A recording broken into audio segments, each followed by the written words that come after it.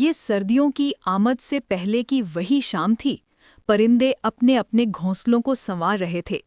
रानी कबूतरी अपने छोटे से घर को मजबूत बनाने में मसरूफ थी। उसने सुना था कि इस बार सर्दियां सख्त आएंगी। न सिर्फ हवा तेज होगी बल्कि बारिशें और बर्फ भी पड़ सकती हैं।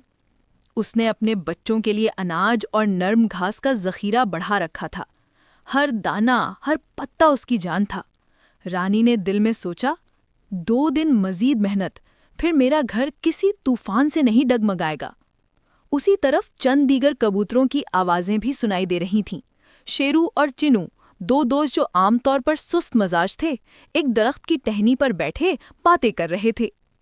शेरू बोला, इतनी मेहनत किस लिए? सर्दी आएगी तो हम कहीं गर्म जगह तलाश कर लेंगे। चिनू ने हंसते हुए कहा, जी हाँ, कोई ना कोई जुगाड़ हो ही जाएगा, फिक्र किस बात की। रानी ने उनकी बात सुनी और मुस्कुराकर अपने काम में लग गई। वो जानती थी कि बारिश हो या बर्फ, तो मजबूत घोंसला और अनाज ही बचा सकता है। उसी रात आसमान पर बादल घने हो गए, एक ऐसी खामोशी जो आने वाले तूफान की खबर देती थी। रात के अंधेरे में हवा ने जोर पकड़ा और सर्द हवा की लहरें सबके पर कंपाने लगीं। सुबह होते ही सारा मंजर बदल गया। पत्तियां और टहनियां बर्फ की पतली चादर में लिपटी हुई थीं। जिन कबूतरों ने मेहनत की थी, उनके घोंसले महफूज थे, और जिन्होंने काम टाल दिया था, वो भरी हवाओं और भीगती जमीन में कांप रहे थे। शेरू और चिन्नू जब अपने घरों की तरफ लौटे तो देखा कि उनके जखीरे नम और घोंसले कमजोर पड़ चुके थे। उन्होंने फौरन मदद मांगने का सोचा। सबसे पहले वो टीनू तोते के पास गए, जो शहर का एक मालदार मगर बखील बंदानुमा परिंदा था। टीनू भाई, दरवाज़ा खोलो, हमें पनाह चाहिए। तीनों ने दरवाज़ा बंद रखा और कहा, नहीं मेहरबानी नहीं, जगह सिर्फ अपने लिए है। पैसों और आसाइशों में रहने वाले अक्सर दिखावे के दोस्त होते हैं, मगर मुश्किल में तन्हा रह जाते हैं। नाउम्मीद होकर शेरू और चिन्नू चल पड़े। रास्ते में पप्पू कबूतर का घर मिला, मगर वो भी टूट फूट में था।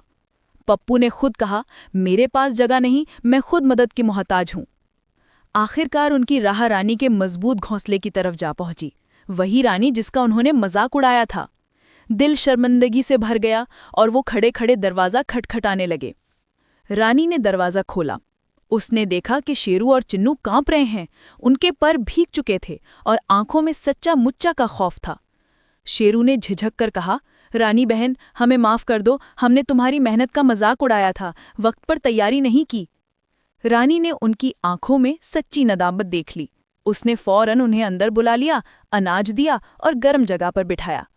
आओ, अभी तुम्हें मेरी मदद की ज़रूरत है, वो बोली।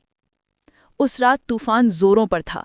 बाहर ठंडी हवा तेज चल रही थी, मगर रानी के घर के अंदर बच्चे सुकून से सो रहे थे। अगली सुबह पता चला कि अगर शेरू और चिन्नू वहां होते जहां वो पहले रहते थे, तो शायद उनका घर गिर चुका होता। इस वाक़े ने दोनों दोस्तों के दिल बदल दिए। उन्होंने वादा किया कि आइंदा वो मेहनत करेंगे, जल्दी करेंगे और दूसरों का ख्याल रखेंगे। रानी ने उनकी हिम्मत बढ़ाई और कहा, बाहमी मदद और मेहनत से हम हर मौसम झेल सकते हैं।